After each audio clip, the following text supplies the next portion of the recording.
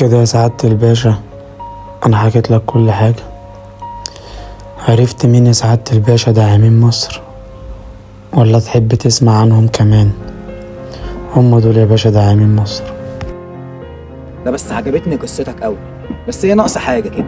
داعمين مصر اكتر من كده، اشمعنى دول اللي انت حفيت مصر كلها عشان خاطرهم؟ بس قبل ما تتكلم انا عايزك بقى تقوم تقف لي وش في وش كده وتقلق الماسك وانت بتكلمني.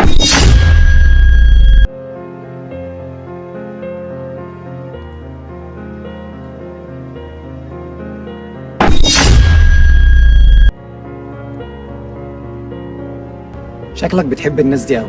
كمل انا سامعك.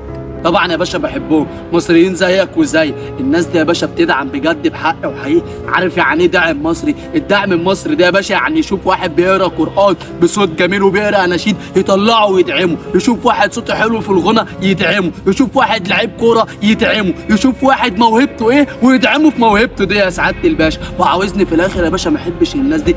الناس دي يا باشا بتعمل خير بحق وحقيقي، مش فارق معاهم شهرة. الناس دي يا باشا لما بتعمل الخير بتعمله في العلن عشان خاطر الناس كلها تقلده، زي ما النبي ما كان بيعمل. النبي يا باشا لما كان بيعمل خير كان بيعمله في العلن عشان الناس كلها تقلده. الناس دي يا باشا ما بيفرقوش بين مسلم ومسيحي، وانا حكيت لك يا باشا قبل كده كل حاجة. الناس دي يا باشا كلها متعلمة، وفي منهم واخد موسوعة جنس. انا لو لفيت العالم كله داعمين مصري مش هتخلص يا باشا. مش بقول لك كلامك عجبني، بس انت ناسي حاجه مهمه قوي.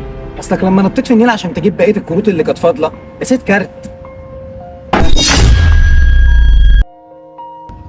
المسرزل ليفين 50 ما نسيتهاش ولا حاجه يا باشا، بس انا ما بعتبرهاش داعمه مصريه عشان الدعم المصري اللي عمره ما يغلط في بلده. الناس دي كلها يا باشا شغاله بره في كل دول العالم، وعمرهم ما قالوا كلمه وحشه على بلده. ده بالعكس، ده قبل ما بيعملوا اي حاجه بيقول لك انا داعم مصري. مفيش حاجه اسمها سعاده الباشا ابقى ليفين كبير وادعم واتقال عليا داعم وانا بغلط في بلدي. انا هحكي لك مثل صغير يا سعاده الباشا. كنت عايز ابيع تليفون واخد الفلوس اللي انا احطهم مقدمه للتليفون تاني، الراجل ما رضيش، قال لي لازما 1250 زياده. كلمت اخويا وصاحبي وحبيب قلبي الماجيك عزيز وما قصرش معايا، بعتهم لي على الكاش يا سعاده الباشا، مع انه كان ممكن يطلعني في الجيست يرمي لي طياره ولا صقر ويوري الناس كلها ان هو بيدعمني عشان خاطر اروح اجيب تليفون.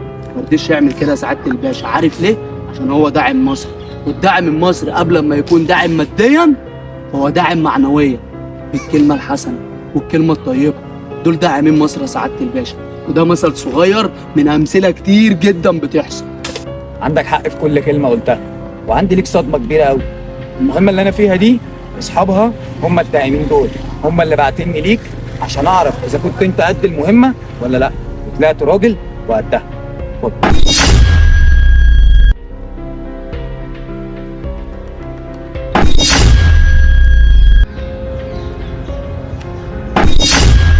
عامل لي بطل وانت عايش في اخر الدنيا وعمال تسوح الناس اللي في البلد، ولو خالفت الراي يبقى انت مطبلات. اسلوب معروف وخلاص بقى زهقنا منه يعني. بنطبل لبلدنا وكلنا فخر، وبنطبل لجيش بلدنا وكلنا فخر، وانا بقى قليل الادب زيك ومعادي بلدي وبغلط في بلدي وجيش بلدي اللي حاميني وحامي اهلي، يا اما ببقى مطبلاتي يا راجل. ايه بقى عيشه الخرفان دي بقى؟ توب بقى شويه. مش عاجبك مصر يشم نفسه على البرنامج غصب عن عينك، هنركب وهندلدل رجلينا كمان. مطبيين يا جدع مالناش احنا مالكم. لنا شنا ورنا والناس تعمل خاطر عشاننا، وسيرتنا مسابقه رجلينا ومحدش يابا كده يشغلنا.